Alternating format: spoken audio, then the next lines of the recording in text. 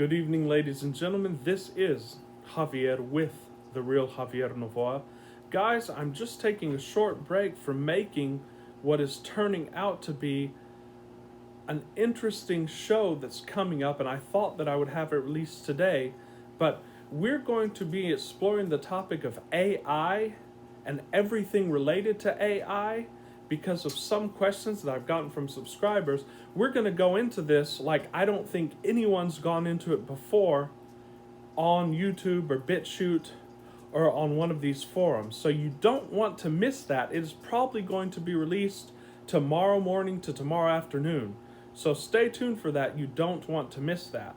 I just wanted to release a video today in the middle of my research for this, and so this is going to be somewhat of a component in that deep dive that we're doing on AI. And that is, I wanted to go into Stoicism. And here I have a copy of the Meditations of Marcus Aurelius, one of my top favorite books.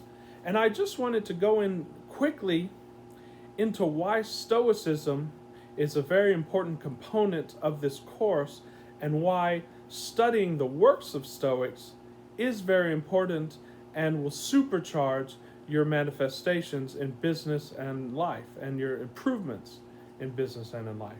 So first of all, as I said in my spiritual rant I believe a few weeks ago, we're not here in this course to try to become good followers of any certain system or philosophy or any pendulum. And I go into the reasons for that in my video. Because we're not going to be fanatical followers of Stoicism or of those who have called themselves Stoics, because there are many aspects which Stoics have either taught or certain practitioners of Stoicism have done in the examples of their lives that I don't agree with. For example, some of them going to simply turning themselves into unjust rulers and going to prison because of some sort of argument that like Socrates had, where he drank the hemlock and said, well, I would not try to escape this injustice because I live in the society and so forth, therefore that implies that I have to follow all of the societal laws. No, that's not something that we encourage on this channel, because this channel is all about following your own good and following your own inner authority. So we're not advocating a complete following of Stoicism. What we're advocating is that we look for and take the good from any philosophy or spirituality that we find, and we take those gems that we can apply to our lives and that will help us make our lives better, and we apply those and we leave the rest. So we're also taking a lot of things from the Epicureans and Epicurus, as did Seneca in his writings. So in that vein, I just want to briefly go into why Stoicism will help you in your manifestational journey and in the application of this philosophy. Because, first of all, Stoicism is going to be most helpful to you when you're toward the bottom rungs of that emotional scale. So when you dip to boredom, or even a little bit under contentment and to pessimism, this philosophy and this way of thinking is going to help you. Why? Because it takes you from where you are, and it does not try to deny the negative aspects of where you are. Because a lot of people, especially in relation to this material and relation to law of attraction and positive thinking, are simply trying to flee from reality and deny reality. And that's not what we teach here, and indeed that's counterproductive. Because the first step to transforming your reality is actually seeing what your reality is on the ground, and then accepting that that is the case, and then you're able to pivot from that and find out what it is you do want and then change that. But before you can change that, you have to get out of the vibrational holding pattern that your current reality is holding you into. It's like a vicious cycle. You look at your reality, then you evaluate it, then that reality is perpetuated again via the law of attraction and the law of assumption, and then you evaluate it again, and so on and so forth. That's why people aren't able to get out of this vicious circle, or what some people call the quicksand. So that is why that's the first reason why we recommend studying Stoicism. The second reason that we recommend studying Stoicism is because it gives you a general framework for how to think logically. So the way that the Stoics think, they are consistent in that they choose their propositions and their axioms from things that are real on the ground and that can actually be empirically proved. And that's what we teach on this channel, is first of all going by your empirical senses and proving things, and then they deduce from that ethics or ways of living. So it is a rational ethic. And this course, if we were to categorize what this course was in a philosophical sense, it is an ethical framework or an action-oriented framework for the improvement of your business and your life. But we take the axioms anywhere we can find them that are rationally coherent and that make our lives better. As I said in our video about philosophy that I posted during the first days of this channel, I take a lot from William James and his book Pragmatism. And that is the main proof of any philosophy is, does it work? So these are the main reasons why I recommend studying Stoicism. And for those who are just starting out, as well as those who are well advanced on the trail of this, I recommend first of all the Meditations of Marcus Aurelius. Marcus Aurelius was one of the greatest Roman emperors. He was a very ethical man. You can go and study his life.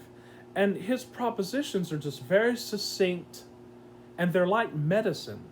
They apply to any situation, and they can help get you out of a negative situation. So I just wanted to go into some very basic propositions that he makes and what he says. This is very important. He says, as physicians have always their instruments and knives ready for cases which suddenly require their skill, so do thou have principles ready for the understanding of things divine and human, and doing everything, even the smallest, with a recollection of the bond which unites the divine and human to one another. For neither wilt thou do anything well which pertains to man, without at the same time having a reference to things divine, nor the contrary. So you cannot simply be stuck in what, according to my chart of levels of being, is simply the physical, which is the lowest rung. You have to draw yourself up into the more spiritual aspects, and then you have to unite the spiritual and the physical in order to get the best results on the ground.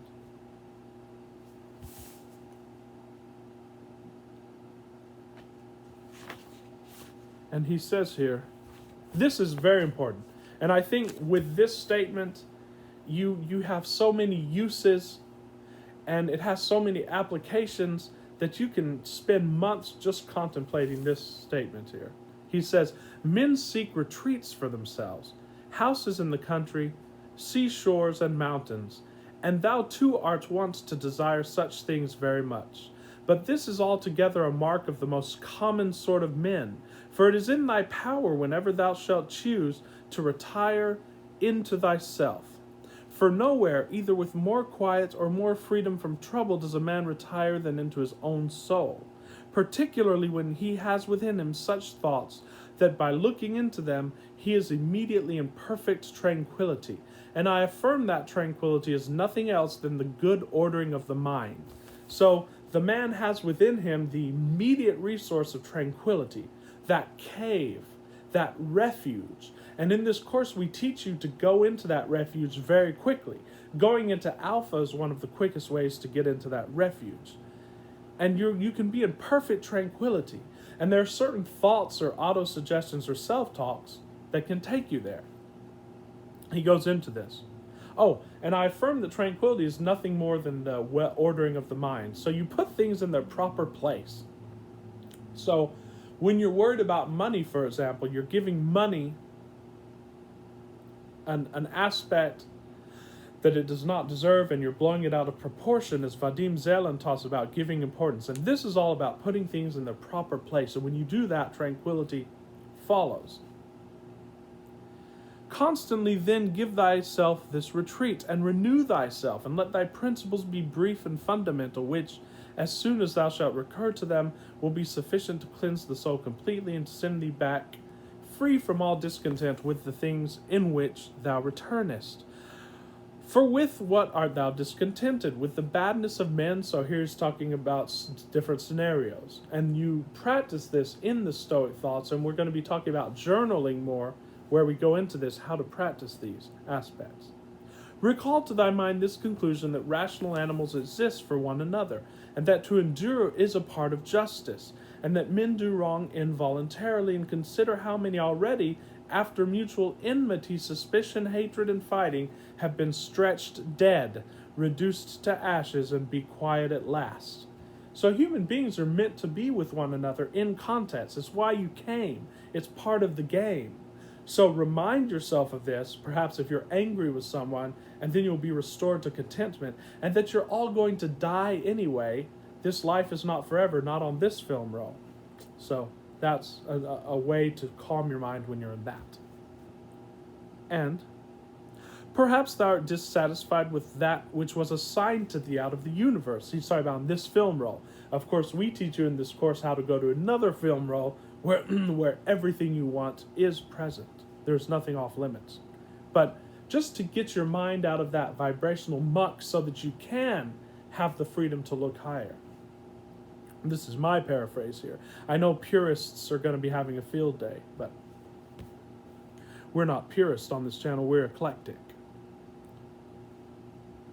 Recall to thy recollection this alternative. Either there's providence or atoms. So we went into this in my video about why you have to follow my philosophy, this philosophy, the perennial philosophy, is because, ladies and gentlemen, it is either there is a guiding principle to the universe, a law to the universe, that which we call law of assumption, law of attraction, or there's disorganization, atoms, in which case if the universe is indeed disorganized, don't you let your brain itself be disorganized. It's not worth it to live in such a universe. So either you have to, if this philosophy is not true, you would have to pretend and live as if it were true. As Voltaire said, if God did not exist, we would have to invent him. Well, if this philosophy did not exist, we would have to invent it. So life's just not worth living without it. Or remember the arguments by which it has been proved that the world is a kind of political community, and be quiet at last. But perhaps corporeal things will still fasten upon thee. Consider then further that the mind mingles not with the breath, whether moving gently or violently, when it has once drawn itself apart and discovered its own power. And think also of all that thou hast heard and assented about pain and pleasure, and be quiet at last.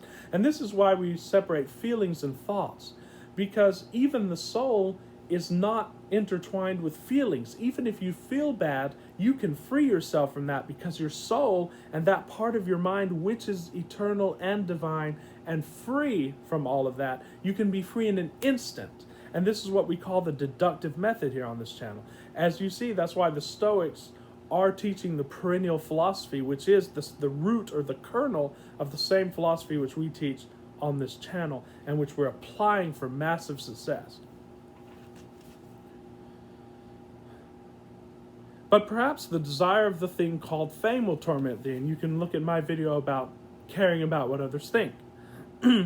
See how soon everything is forgotten, and look at the chaos of infinite time on each side of the present, and the emptiness of applause, and the changeableness and want of judgment in those who pretend to give praise, and the narrowness of the space within which it is circumscribed, and be quiet at last. For the whole earth is but a point, and how small a nook in it is thy dwelling, and how few are there in it, and what kind of people are they who will praise thee? So, ladies and gentlemen, this then remains, he says. Remember to retire into this little territory of thy own, and above all, do not distract or strain thyself. Do not make effort, but be free, and look at things as a man, as a human being, as a citizen, and as a mortal. But among the things readiest to thy hand to which thou shalt turn, let there be these which are two. One is that things do not touch the soul, and that is true because it is all an illusion. They do not touch the soul, because the soul is above it all, even context. For they are external and remain immovable, but our perturbations come only from the opinion which is within. The other is that all these things which thou seest changed immediately and will no longer be, and constantly bear in mind how many of these changes thou hast already witnessed. The universe is transformation, life is opinion.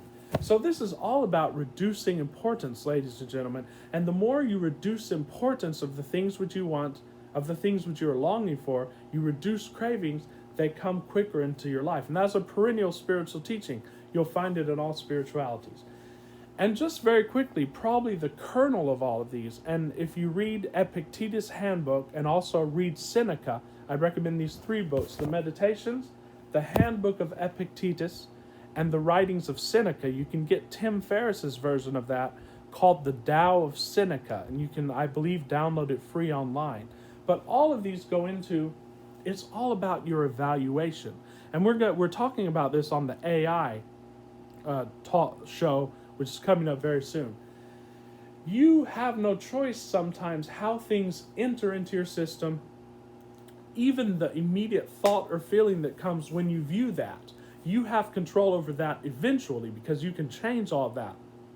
But immediately, sometimes there are visceral reactions that you have no control over. But what you do have control over and total assent over is your evaluation of that and whether to evaluate it. So Epictetus used to train his students in this, and he would ask them, or his student would say, so-and-so went to prison. And Epictetus would say, and is there anything more? And the student would say, no, nothing more.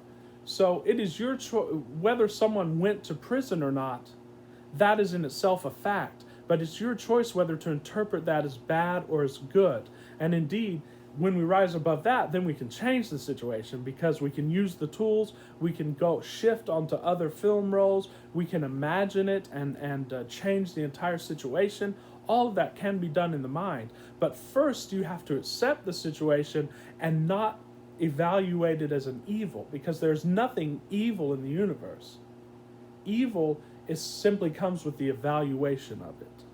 So, ladies and gentlemen, read the Stoics, and we're going to be having more deep dives on this. And I am working on our show at the AI debacle. I've gotten many questions from some of my clients about it. So I will see you guys very soon. If you find value in my material, please subscribe and like at The Real Javier Novo on YouTube. We also have our new BitChute channel in which I'm posting my videos at The Real Javier Novo on BitChute. And we have the Facebook group in which I am answering questions, and we are forming a community there to do business and to excel in all aspects of life. So until very soon, my friends, this is Javier with The Real Javier Novo. I'll see you soon.